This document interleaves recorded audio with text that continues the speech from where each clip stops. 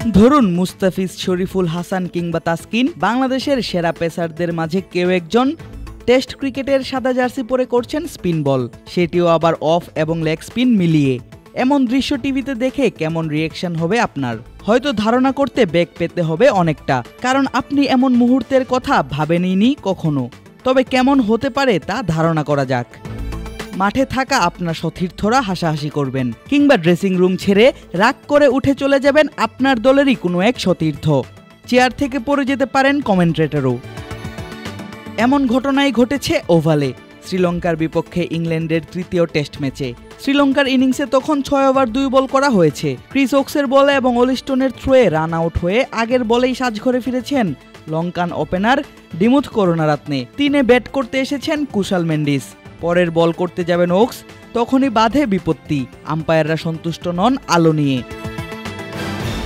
English অধিনায়ককে জানিয়ে দেয়া হয় পেস বল ফেস করার মতো আলো নেই মাঠে, করাতে হবে স্পিনারদের দিয়ে বল। কিন্তু ওকসের তখনও 4 বল বাকি, তাই অনেকটা বাধ্য হয়েই বাকি 4 বল স্পিন করেন ইংলিশ এই পেস বোলিং অলরাউন্ডার। আর তা দেখেই হাসির রোল পড়ে যায় মাঠে। প্লেয়ার, দর্শক, কোচ, কমেন্ট্রেটর সবাই হাসতে থাকেন ওকসের অফ এবং লেগ স্পিনের ভেরিয়েশন দেখে। ইংল্যান্ডের স্পিন বোলিং কোচ জিতেন প্যাটেলকে একসময় দেখা যায় ড্রেসিং রুমে মন খারাপ করে বসে থাকতে।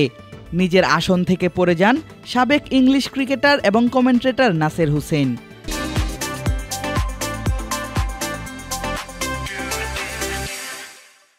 স্পিন বল করে অবশ্য ক্ষতিগ্রস্তই হয়েছেন ক্রিস ওকস। ওভারের বাকি 4 বলে হজম করেছেন 6 রান, যার মাঝে ছিল একটি 4-এর মার। অবশ্য সেই ক্ষতি পুষিয়ে নিতে খুব বেশি সময় ক্ষেপণ করেননি ক্রিস ওকস। নিজের 6ষ্ঠ ওভারে বল করতে এসে ফেরান কুশাল মেন্ডিসকে। সেই আউটটিও করেছেন নিজের প্রতিভাকে কাজে লাগিয়ে।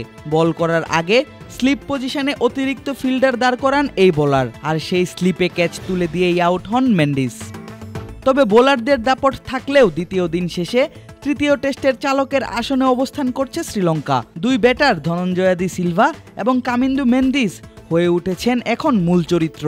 এ দুজনের অবিচ্ছিন্ন জুটিতেই ইংল্যান্ডের প্রথম ইনিংসের 325 রানের বিপরীতে 5 উইকেটে 211 রান নিয়ে দ্বিতীয় দিন শেষ করেছে শ্রীলঙ্কা। আদিব আশরাফ, ক্রিক ফ্রেঞ্জি।